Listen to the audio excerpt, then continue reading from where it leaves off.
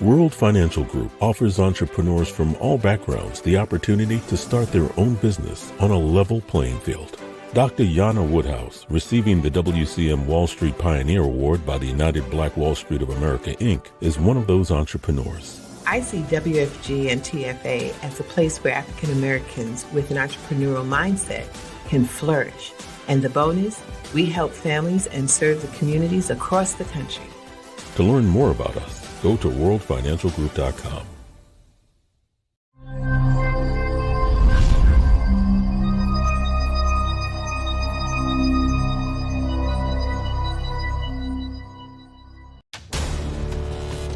We are the sons and daughters of the soul. We are resilient and forever forward-thinking. We ask for nothing else than the opportunity to live and to create the lives that we were meant to live. We want nothing but an equal chance at options and possibilities. The same possibilities and options to live out our potential as our fellow man. We want to be heard, understood, and expressive in our reality. We are the future. We are the creative. We are here.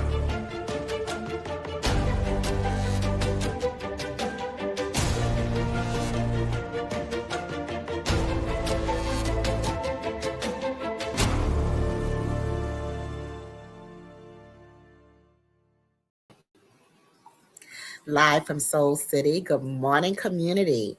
Good morning, community is a platform where members of the community can find out more about small businesses and community-based organizations, how to get involved, volunteer, or donate, as well as some of the resources and services they provide.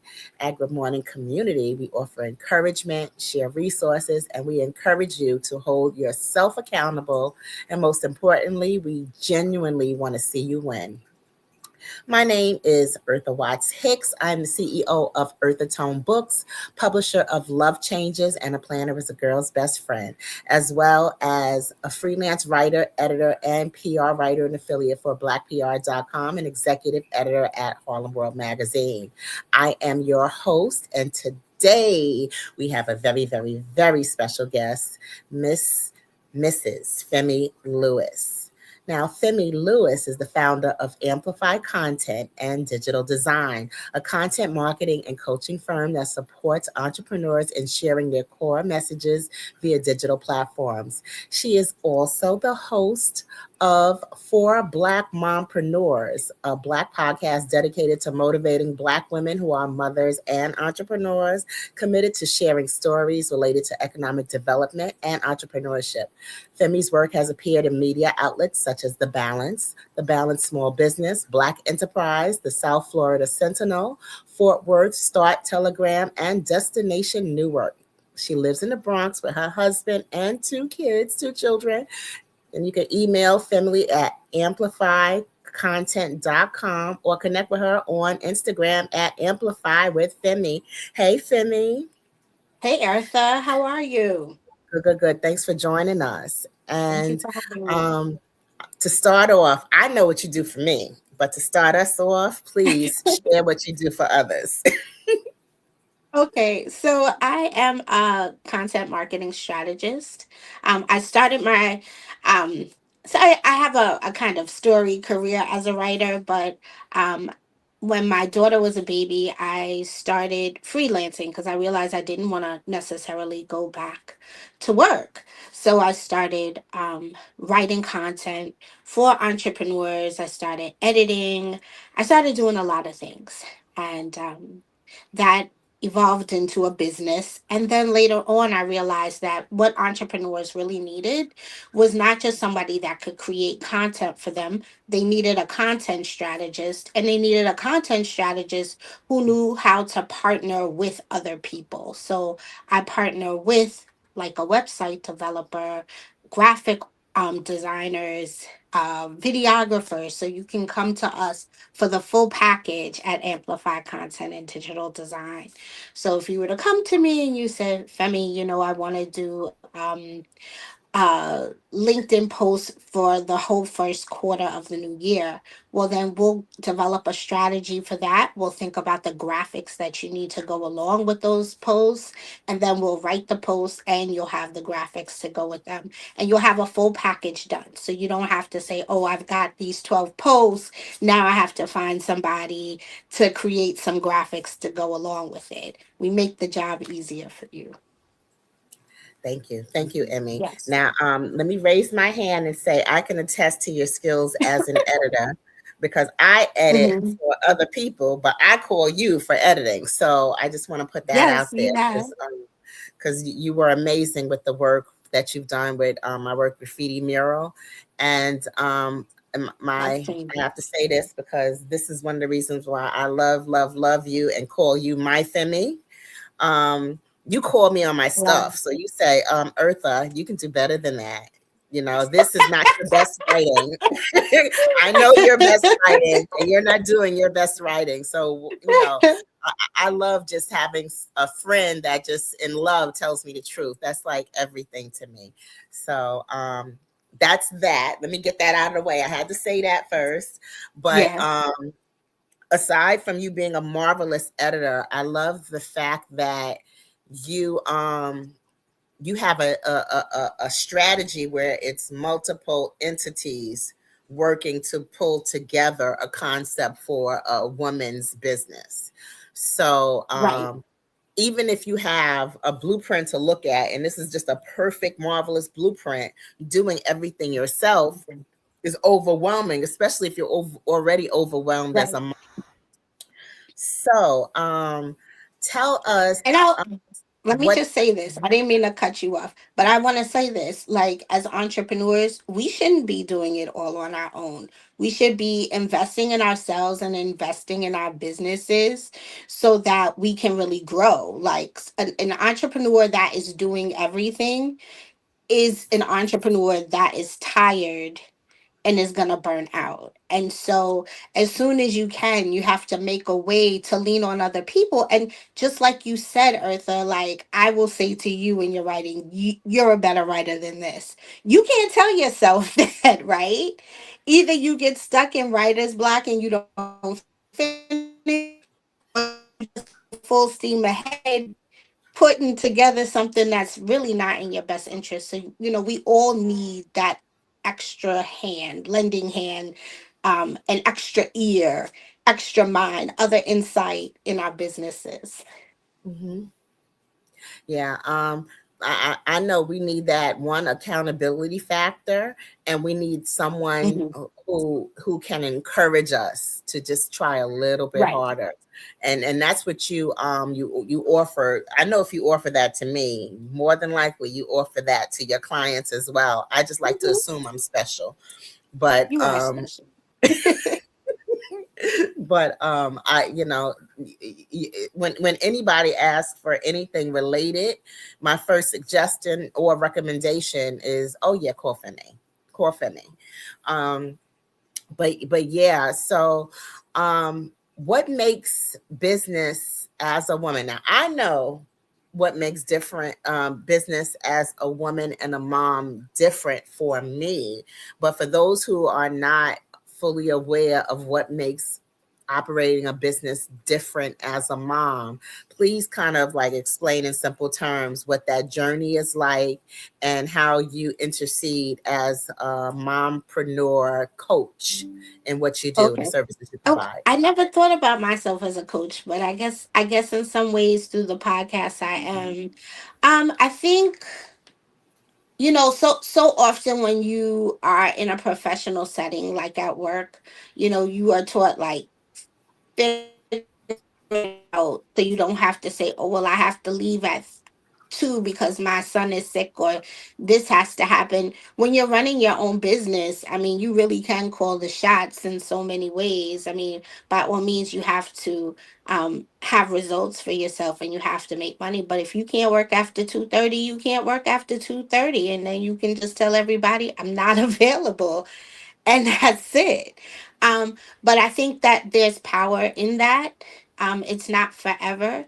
Just like, I think when I met you, your daughter was like in high school, and your son was probably the age of my oldest now, right? And I had no children. And I just remember you navigating everything you wanted around them. And that can be very difficult, but it's also something that if you kind of just embrace and say, listen, I don't have all the time in the world, but I drop them off. I do my morning walk, and then I come home, recalibrate. I start work at 9 and I'm done at 2:30, and I go into my other mode. It works. And so I think that's the biggest thing for me that I've had to realize is the power of just embracing my professionalism and the skills that I have, and also grow as a mother and allowing my children to see that, because I think that's really important that they see you in a space doing things that are not necessarily related to them but will give them insight and help them to create their own legacy of being an entrepreneur, or if not an entrepreneur, having an entrepreneurial mindset, which is just as important in the workplace. Yeah. I mean, I know the skills in your wheelhouse, as in the offerings of different services that you provide, is almost like a product list in a supermarket. Um, so if you can kind of just lay out what those different services are, and Okay. and kind of give us an example or walk us through what that experience is like for a mom that comes to Okay. you. Okay. And so I'll just make clear, Amplify Content and Digital Design is for service-based entrepreneurs. It's not just for mompreneurs. The podcast for Black mompreneurs is a resource for Black women who are mompreneurs or want to be an entrepreneur and are a mother. So I'll just make that clear. So if you are coming to me for Amplify Content and Digital Design, for me it always begins with strategy. I'm not a business that does not work just with tactics. I always begin with a strategy, and I feel like in all things that's what you need, right? You need a roadmap, you need goals, you need ideas present before you can start employing tactics. And so I make that very clear to people that that's where I start. So once we create the strategy, then we do the content planning and the production and all of those things. And typically we work in a quarter mode. So any content that's created, like for LinkedIn, is like 12 posts. So you have 12 weeks of LinkedIn posts. If it's website content, a website, then we're creating that entire thing from start to finish. Again, with an idea of your goals in mind, what it is you want to achieve with a website versus I just need a website up. Because I think sometimes a lot of times entrepreneurs just think about what they need and not necessarily what is the end result. So Hmm. Hmm. that's how I support people, entrepreneurs, through Amplify Content in Digital Design. And then in For Black Mompreneurs, I have the podcast. So I had started over the summer. I've been thinking about it for a long time.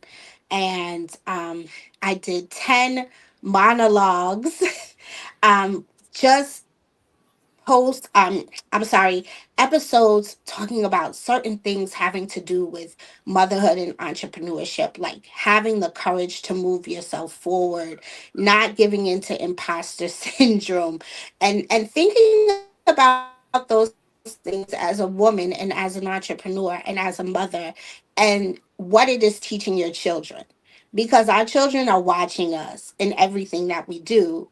So we have to constantly be showing them, like, you got to show up afraid and just go in there and try your best, right? We'll tell them that, but are we showing them that? So that's what I do in For Black Mompreneurs. And there's an online digital space for Black mompreneurs too. It has some content like just around different resources, like, you know different types of free legal aid, or how to Think about business banking, things that when you're first starting and you have a business idea, you might not necessarily think of, but those core foundational things are so important. So they're there. So that's how both brands kind of work. Thank you. And that information is on your website. Okay. Yes. And that's for Black mompreneurs. So The there's website. amplifiedcontent.co, and then Mhm. there's forblackmompreneurs.com. Gotcha. Okay, so it's two separate websites. Got it. Yes. Okay. All right. So um with for Black mompreneurs, because I know there's a difference in just doing this whole entrepreneur thing as a mom and then as a Black Mhm. mom. Mhm. So um I know what that's like, but please kind of spell it out for those who are not quite understanding the differences or kind of need a little explanation. I think, especially in our current socio-political climate, Black women in this country are under serious attack. And if Black women are under attack, Black children are under attack. Right? You attack a mother, you don't attack the ability to take care of children. And so I really feel like, and I'm somebody that is always very much tied to my community, tied to who I am in terms of identity. I just feel like when you think about the fact that 300,000 Black women have been laid off from jobs and what that will do to families, and how we should always be thinking about not necessarily having a full-fledged business, but sometimes a side hustle or something that will just tie you over in these moments, but you got to be ready so you don't have to get ready.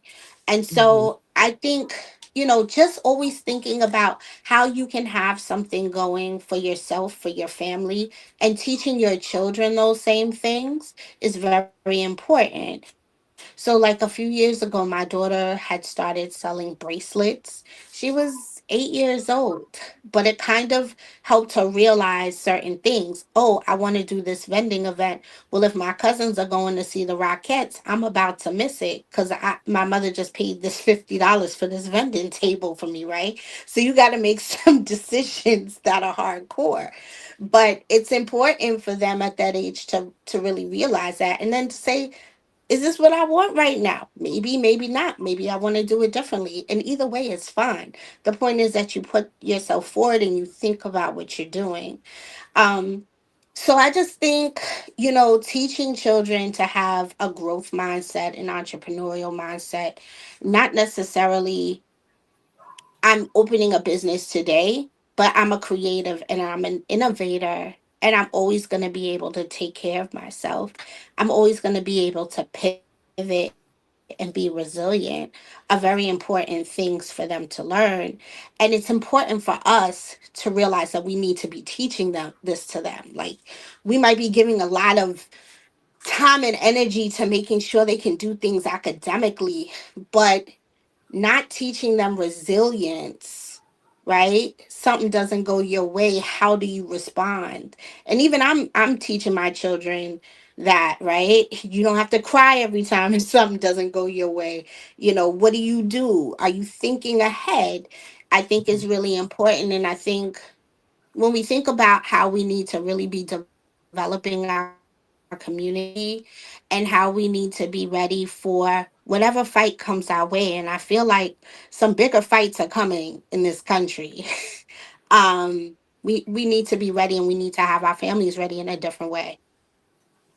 Yeah, yeah. I know, and oftentimes it seems like as a Black mom, we go from struggle to struggle, and sometimes it seems that even when we have a side hustle, that side hustle is to help us juggle the struggles. So, Mhm. um, it's serious out here, Right.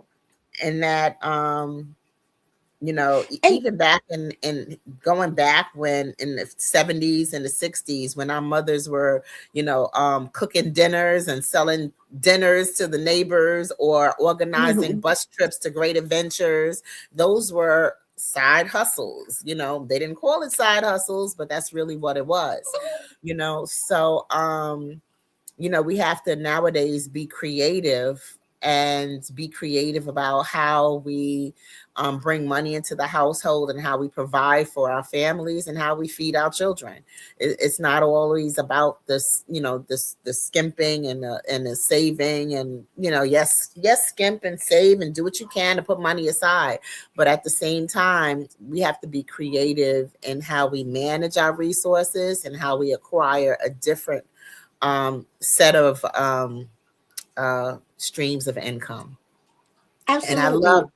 I love how you've shown your children, especially your daughter, from an early age, what entrepreneurship is, what the responsibility of it is, and that she has to kind of stick to her own integrity when it comes to managing her own business. Um, Hmm. what I'm going to say, what other lessons have you taught her, and how is she adapting and adjusting? I mean, I think it's a growth. She's 11 now, almost Mhm. 12. But I think it's about growth and being able to stand up. And some things are just as simple as I remember she wanted to have a table at at a space again. And so I had the woman's email. She's my friend on Facebook. So I said to her, I said, here's my phone. I pulled up Lourdes' number. I mean her on Messenger, and I said, I want you to send her an email right now and say this is Akayate Femi's daughter, and I would like to vend at the next event. Do you have any tables together available? And so she was like, I don't want to do that. Oh, and I was like, well, then you don't get to go. I'm not doing that for you. Right. Now, I mean, she was dying, but I was real. I was like, send the send the message. Or you're not doing it. Cause that's the first step. So Yeah. she did it and and she got over herself. And what I realized was that was something that she really needed to work on. And so I would give her opportunities to do that. So I remember that summer as she loves Chipotle. So I'd be like, you gotta go to the front and you gotta order your food. And the first time she was like, no, what? Like, there's all these people around and the man is there with all of this stuff in front of him. And I was like, if you want to eat, you gotta order it. By the end of that summer, she could handle that and she could handle paying for it. And I think it's just gradual. You just have to you have to see spaces where they are a little fearful or that you're doing it for them and give them the agency to do it. And that's a big part of entrepreneurship, right? Us just always finding a way and getting over ourselves to get something done. My son is a lot more gregarious than her and extroverted. It's like nothing for him. He would come up and talk to you and just be like, Eartha, where's your book? Can I get a planner? Like, that's who he would be. She's more introverted, but there are things I have to work with on him that I don't necessarily have to work with on her around resilience and, like not getting upset and seeing things through. But, you just have to tap into them and know what they need. I think that's amazing. And it's funny because nobody handed us a blueprint or even a manual on how to be a mom. It's like it's on the job Nope. training, and you learn from your mistakes, and you really don't want to make any mistakes to learn. You want to get it right every single time. But Hmm. I love how you give your children agency in what they're doing. So you're empowering them to act in the moment and to make their own decisions and to live by their decisions. And Absolutely. and I can see how that connects with how you coach women in business, as Hmm. in give them the agency to make the decisions to operate the business that can go on without them being in the center of every single action. Absolutely. Because we don't need to be in the center of everything. We need to be where we're supposed to be when we're supposed to be there. So I'll tell you where I really realized how I wanted to be a mother. I taught high school for a number of years, and I would see certain kids and how they were developing, and how certain kids were able to have a lot more agency and advocate for themselves, and where you said some kids were not, and the ones that couldn't were typically like lashing out in anger, or they didn't know how to just say what it is that they needed. And so I remember saying to myself, when I have kids, the moment I realize they can do something, even if they gotta stumble through it, I'm gonna let them stumble through it. I'm gonna push them to like speak up and ask questions and things like that. And so I remember, because my daughter, out of the two of them, is the shyer. She's not really shy, she's just introverted. And I used to tell her when she was little, closed mouths don't get fed. So if you want something, you got to do what you got to do to get it. And I mean, I'm not perfect. None of us are as mothers. There's no blueprint, like you said. Um, and there's no blueprint for entrepreneurship, right? We Mm-mm. fall down like 1,005 times in a day, and we just like brush ourselves off. And sometimes we have a good cry, or sometimes we like slam the door, but we pivot back because we know as entrepreneurs, nobody's really gonna save us. We got to do it. Right. And I know for me, one of the hard lessons that I carried over from being a mom into my entrepreneurship was, if you want something done right, do it yourself. Move out of the way. I'll do it for you. Right. And terrible, terrible, but I got to own that one. Right. So even with my own business, I'm like, I'll do it myself. Oh, I'll do it myself. But what happens is when you do everything yourself, the minute you get sick, guess what happens? Your whole business collapses. Your That's business it. cannot continue on without you in the event that you have a health crisis. So, I thank you for one pointing that out to me over the years, because you've pointed that out to me more than once, I right? did. Yes, you did. In very subtle ways. Sometimes you were very blatant, and sometimes you were just like, well, if the way you offer your advice in that gentle, kind of encouraging way that kind of makes you think, which makes you a marvelous friend and a spectacular Oh, coach. thank you. I But appreciate that. yeah, no, it's I think part of the problem that women face, in operating their own business, not just women, any of us, let's just take women out of the equation, is just having someone be honest about what it is that we're doing. A lot of Mhm. times we have people in our ear telling us what we want to hear, because they Yeah. that's the easiest way to get resources out of a person, is just tell them what they want to hear. But at the end of the day, those people that want to see your business grow and want to see your business serve community, they speak to you differently. Right. I call that my tribe. And I've always considered you part of my tribe. We've been connected since we met. And we've Yeah. never let each other go. And even when we fall out of Absolutely. touch, we're still family. So, Yep. um, what for those who don't understand the need for having a tribe, and or how to get a tribe, what is your advice for that woman who is in business that says, hey, I don't have anybody helping me. Hey, I'm trying to do this all myself. Hey, I'm out here on my own trying to figure it out.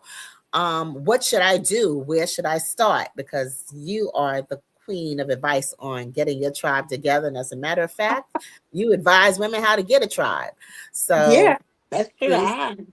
So I will say like community is important. I will also say that use resources that are free, or if you're in a place where you can afford either low cost or more expensive ones, use them, right? But have a mix. So I would say find like the local small business development, or Chamber of Commerce, those kind of things where they have events. You can meet people. You can go to online workshops with WeNYC or SBS, where you can learn things so that you can do business better. And you tap into people that work at those places so that you can get into different programs and things that they have available for you. Um, and so that's the first thing, because if you go to those, and I mean, I have to find time to go to those. My schedule after 2:30 is crazy. I never get to go to networking events if they're not online. um but I would say find some networking events to go to, and don't go into them thinking have people buy into my business. Just talk about yourself, let them talk to you, and you listen to what they say. And then if you feel like there's some sort of connection, some synergy, just reach out and just be like, "Hey, I met you at the online speed networking event, or at the Bronx Chamber of Commerce networking event. I'd like to touch base with you. Here's my calendar to schedule an appointment." And keep it light, you know and just you just have to see how you grow with people. I remember when we met, it was at Hurston Wright Foundation, right? And we were in that writing workshop for the week. And um I forgot. We just always stayed in touch after that, right? And we just kind of built in time what we have as a relationship. And I think it's fine to take things gradual. You don't have to jump in with everybody all the time. And, just be discerning. Be discerning. Excellent, excellent. And you made an excellent point. I remember once upon a time, long, long ago, I was considering being a songwriter, and I had just become a member of ASCAP. And when I went to ASCAP, there were all of these new record labels that were starting up who, as soon as you walked in the door, they're like, "Hey, my name is John, and I want you to, check out my mixtape, buy my mixtape." Meanwhile, this is a conference on on resources for those who were independent music professionals. So it's a conference Right. on resources, and there, as soon as you walk through the door, they're trying to sell you their mixtape, right? So even years later, fast forward, I joined a small business network. It was the same concept. "Hey, my name is John. I got this T-shirt. Buy this T-shirt." And I'm like, "Nice T-shirt, John, but I'm not here for T-shirts." And I think that when we go to these networking events, these informational sessions, we're there to introduce ourselves to people, Hmm. introduce ourselves or our service to a network of people, and also find out what services they can provide for us. It's not for us to sell our T-shirt, our hat, our mixtape, Exactly. or whatever. And a lot of people miss the lessons that are being spread around the room because they're trying to sell their product or service, as opposed Right. to listening to what resources are being explained that are available for them. So you made an excellent point Yeah. there.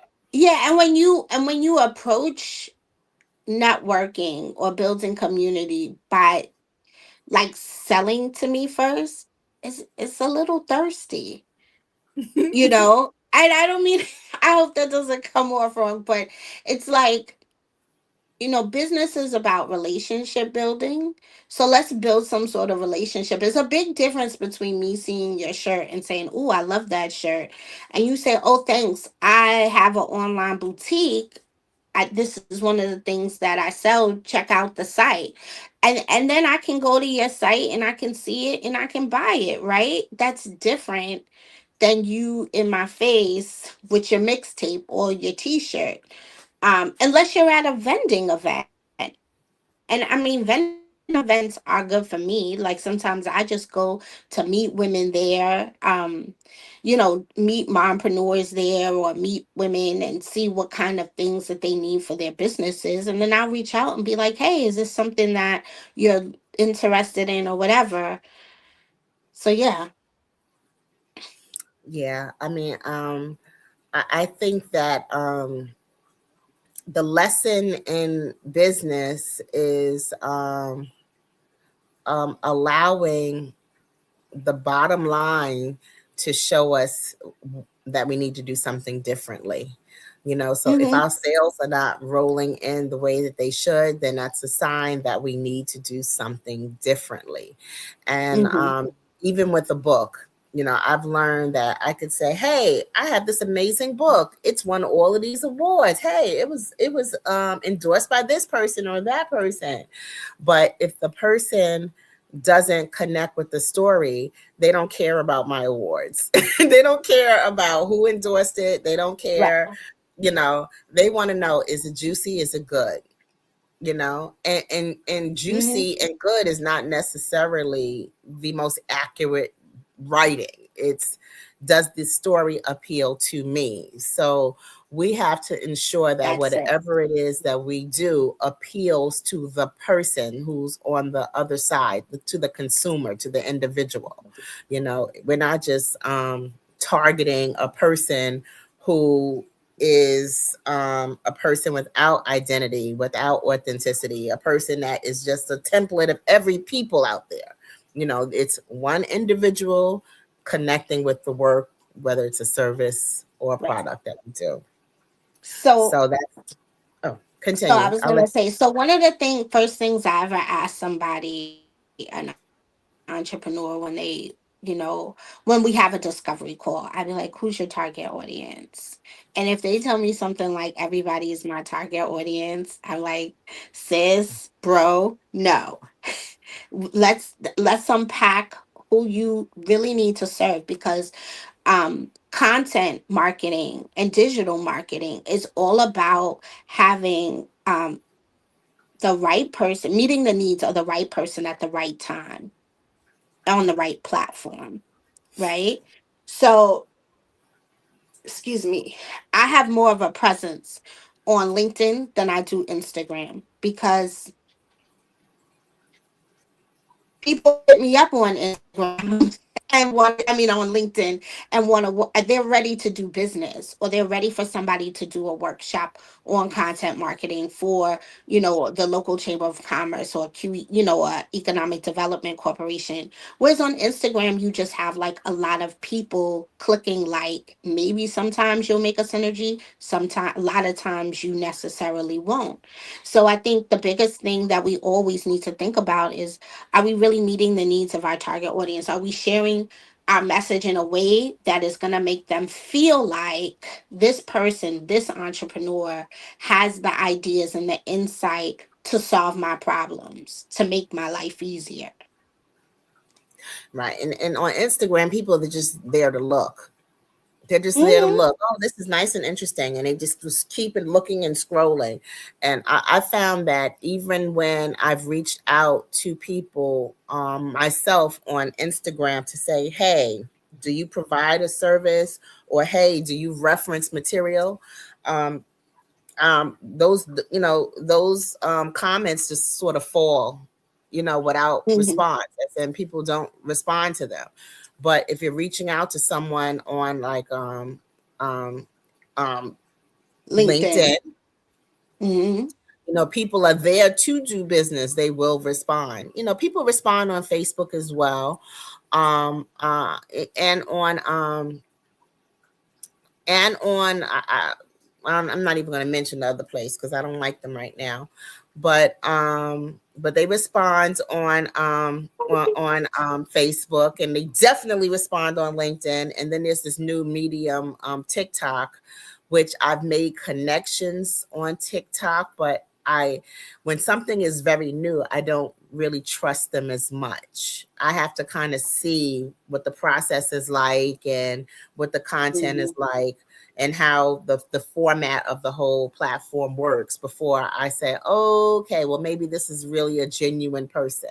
But I love when I find someone that I connect with or have connected with for years or know in person, and I see them on TikTok, and I see them on Instagram, and I see them on LinkedIn, because then I know I'm speaking to my girl, I'm speaking to my friend, someone I already trust. So, what is it like and engaging on LinkedIn with people that you don't know from Adam, but who can be a potential customer, a potential client, someone that you can work with and support and help grow their business. What is it like engaging with that person you don't know from Adam, that stranger? I mean, I use the discovery calls as an opportunity to get to know people, entrepreneurs, and see if we are a good synergy. Or I use a discovery call to vet people that I'm going to interview. So the funniest thing, a woman hit me up on LinkedIn, and she was sharing what she did, and all she did was say, "Hey, I saw your profile. I think we should get to know each other. Um, thank you for allowing me to follow you." And so I said thanks. And I was able to then tell her, yeah, I run Amplify and I run for Black mompreneurs. And she was like, oh, I just went and I looked at for Black mompreneurs. And I said, why don't we just have a short talk and see if there's a synergy and you would like to be um, on the podcast? So we talked, we were supposed to talk for 15 minutes. We talked for the better part of 45 minutes. And sometimes it's like that, and sometimes it's not. I mean, I knew 10 minutes in I wanted to interview her, but we just had such a synergy. And, I use discovery calls as that opportunity to see if we're a good fit. If I'm trying to ask you questions, and this is just for all entrepreneurs, if you are you should be vetting a potential client in the same way that they vet you, because anybody that works with me knows I kind of might answer my phone after 6 o'clock, but don't bet on it. Right, you gonna wait till tomorrow. um and I might have shot myself in the foot saying that, but you better know. Right. um but I think that is an opportunity to really know if this is someone you want to work with or not. So, like, for instance, I've done a discovery call and done a proposal, and then the person wants to, like, negotiate the price or negotiate the rate. And I'm like, I don't do that. Because you walk into any retailer, and if it's on sale, you buy it on sale. If it's full price and you want it, you buy it, right? There is not space for me to necessarily negotiate prices, because I've set those prices or those rates because I have, like, I know my value Hmm. as a content strategist and as a content creator and somebody who will manage your project for you. And so I'm not discussing it. So once somebody starts doing that, I'm like, well, Hmm. I don't know if we're a good fit. Bye. And that's the end of it. Because all money is not good money. That's If right. it takes up your time and makes you feel stressed, like, there's a reason why we don't have, well, I have a part-time job. I work at Baruch College, but there's a reason why we're not in somebody's corporate office doing stuff all day, because we wanted certain freedoms to be innovative and be creative. And I am not going to take on anything that's going to stifle me. Thank you. Excellent point. Excellent point. And now I have to circle back to ask this one, because I know a lot of women in business struggle with this one here. Um, you're a woman in business. How do Mhm. you set your price and stick to your rate? Okay, how do I set my, so I think about how much time it will take me. I think about the value that I bring to the table, right? I am somebody who has worked as a journalist, a business journalist, so I know storytelling. I've been an educator. I'm still an educator. And so I understand how to inform and provide information to people so that they understand and can move forward. And I combine those to give you the dopest strategy, plan, and actual content, right? And so with those things in mind, like, and you just you're getting like this dope woman from the Bronx. So that should tell you everything. So Mhm. that's how I set my prices. There you go. There you go. Okay. Hmm. I think about all that I have been able to do and can do, and how I can help your business grow. And I don't necessarily negotiate that because it is a high value. That's it. Thank you. Thank you. I know when it comes to women in business, we tend to, Black women in business especially, we tend to undercut ourselves. So Hmm. that's something that we all need to learn how to do, and something that we need to stick to.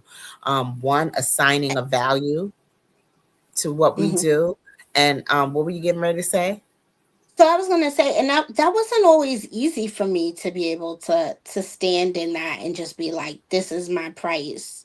It took some people. I have a business coach, Maya Haradat, that she's worked with me a lot over the years, and I was really scared. Like when I first started, I was like, "Yeah, I could do the blog post for $50," and she was like, "$50? What is wrong with you? That $50 will be going in 5 seconds." And so I really had to get out of this mode of thinking, like, well, what if they don't like my price? What if they don't? Then they're not your target audience, right? Your target audience will see what you have to offer and how you will help them, and they'll make a decision. And it might not be that day, right? It might be 2 weeks from now or a month from now, and that's fine. But you just have to remember your value and don't negotiate that, because when you do, then you will regret it I mean, and you're you'll be right. You're angry. right.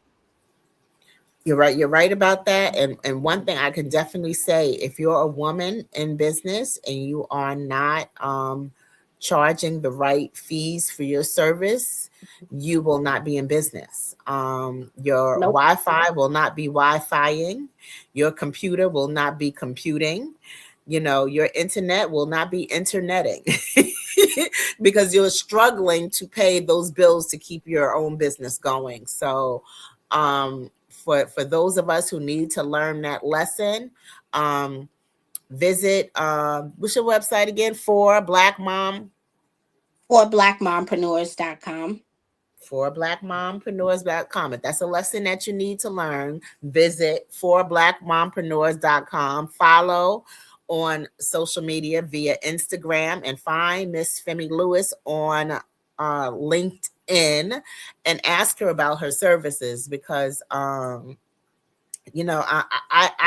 can tell you just from my own experience that she's invaluable.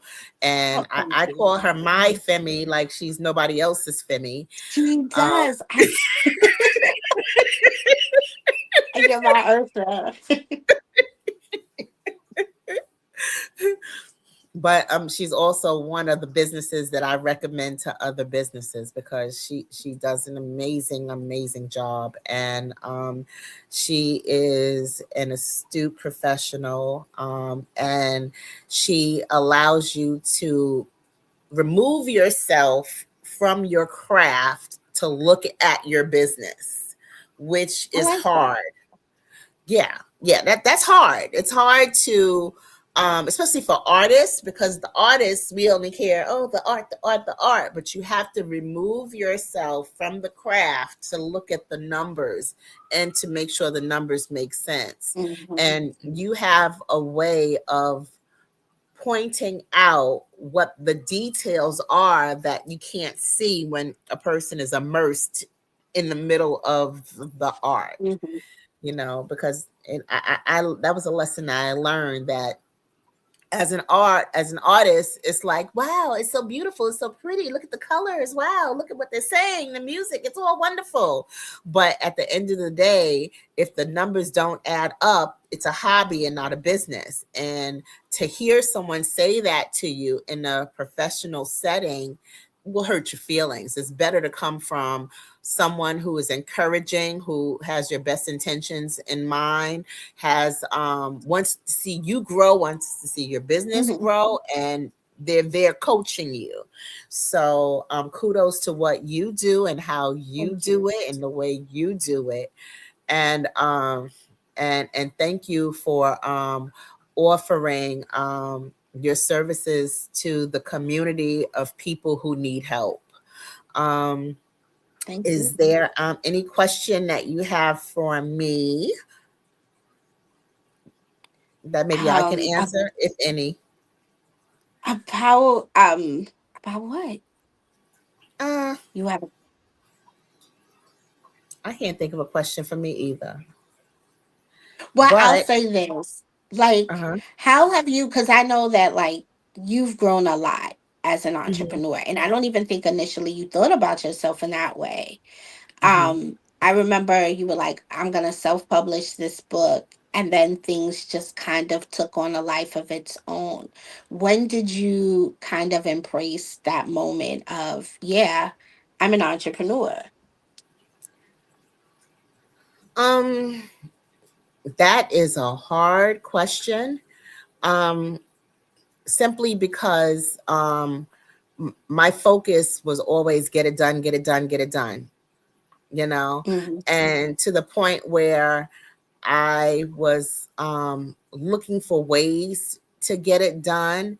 And and then I was part of everything entrepreneur, from Project Enterprise to the New York Women Chamber of Commerce. I was going to all the conferences. I had the business cards. I was handing them out, doing whatever I could to sort of get my name out there. Um, so embracing the entrepreneur part of it came when I started doing the if I have to answer, when I started doing the business pitch competitions. Um, Okay. because in that moment I had to say what it was that I do in a finite minute fraction of time to get that point across to the individual that I'm speaking to. And in that moment, I couldn't speak about the art. I couldn't speak about the talent. I couldn't even bring my best writing into it. I had to say, this is what I do. This is how I do it. And this is who I do it for. So, Absolutely. and those business pitch competitions, I had to learn how to pitch my business. And I took a workshop at Columbia University through the Columbia University Economic Development Center. That was one workshop. And then I took another workshop, Perfect Pitches by Precious. I took Okay. her Yeah, I've seen workshop. her on LinkedIn. Precious Yes, yes. Williams. Yeah. Precious Williams. I took her workshop and read her book, and I was introduced to her through Tina Lee, who had Gold Diggers. So I would go to different people's workshops and sit for the workshop. So Tina Lee had a workshop, and it was on a rainy day, and she had women in the room on a rainy day, and she had Precious in there, Precious Williams. So I bought the book, and right there I said, I love the book. I think I need a little something else. So right after that, I took the Columbia University workshop. And from there, it sort of allowed me to reel in those defining points of what I do as a business. And it's a learning curve. It's a learning curve. Even when I was writing a novel, I had to read several books on how to write a novel, and then I had to take Mhm. several workshops on how to write a novel. And then I still needed to be pushed and pushed and pushed and pushed, because life itself is a learning curve, and nobody does it perfectly. And we all need a network of people to help us do even some of the things that we want to do the most. We need support. So Absolutely. it's a beautiful experience calling you a sister, and considering you as one of my village.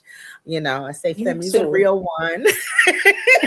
You too, Eartha. I be like, Eartha is salt to the earth. That's Eartha. She's just good people. Hmm. So again, we're here. doing what we do, building community, starting with our families and then building community. So, to connect with Miss Femi, please email her at amplify@amplifycontent.com and on .co. Instagram. .co. Darn Yeah, it. .co. Right.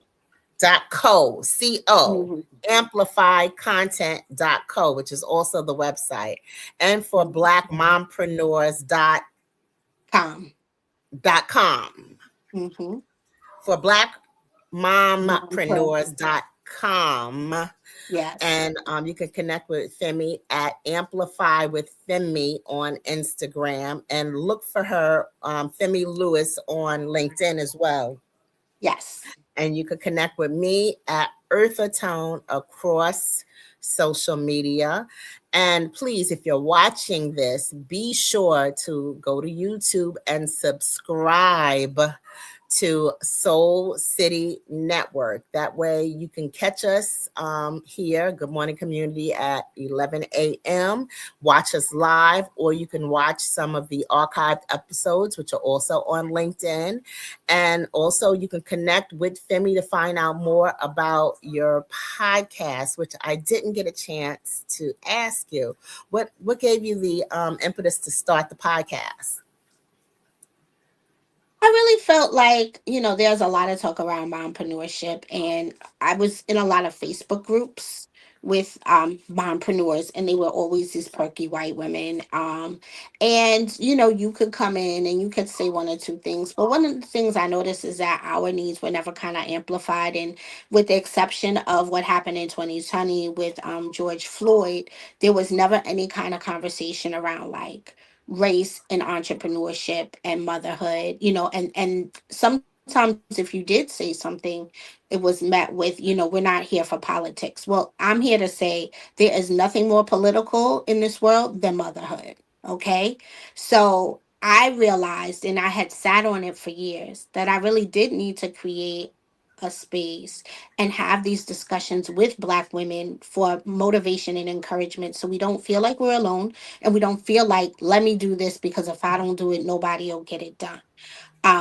And so that for me was my impetus. Like, I have to really create this space, and I'm still creating it. It's not easy, but yeah, that's why I did it. And I want our kids in our community, and I want us to have legacy. And that all begins with us as mothers and as entrepreneurs. Okay. Wow. Yeah, yeah. That's the truth of it. The minute we have children, we have to start doing things differently. And we have to start doing things better when we can't just accept what is simply because that's the way it is. We have to make sure that there's a better world for our children. I'm Black, I get it. But I get it.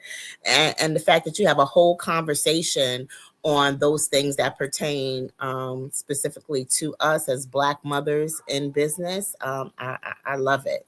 I love it. Thank you. So Thank thank you you for so doing what much. you do the way you do it. Um, and yeah, this is an amazing, amazing interview, and you're an amazing guest. And Thank you so much for having me, Eartha. I was so nervous, but I'm so happy that I did it. And this is a great platform. thank you, Femi. Thank you, Femi. If there's a resource, real quick, that you would love to recommend to Good Morning Community and those who are watching, what's the one resource that you would recommend? I would say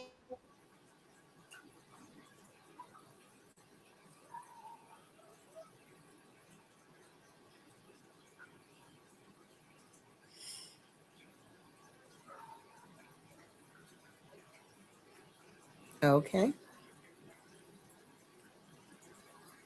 Well, until Femi comes back, we have a little technical difficulty, but I can recommend a couple of resources that I would love to share with the Good Morning Community or audience.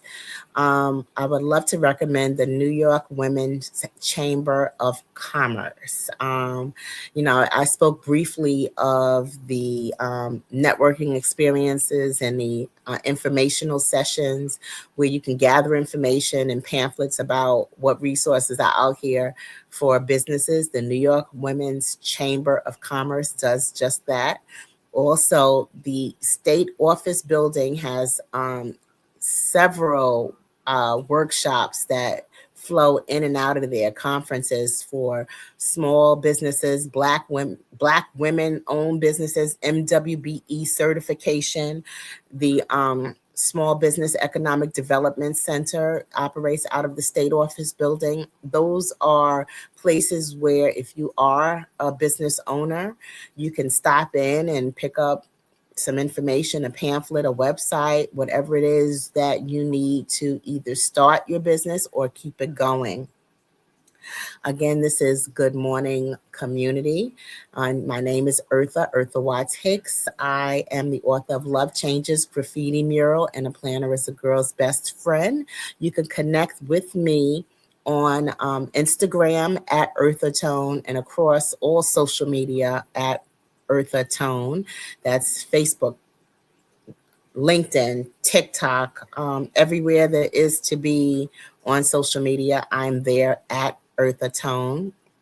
And please, please, please subscribe to Soul City Network at YouTube to find out more about Good Morning Community and some of the other shows on our network, because we have a fabulous roster of different shows on Soul City Network. So drop in, subscribe, and stay in touch with us. And it's a pleasure to, again, be with you this morning and to share some of the resources and some of the people who help keep this community active and engaged and learning and growing and taking care of each other, which is what community does.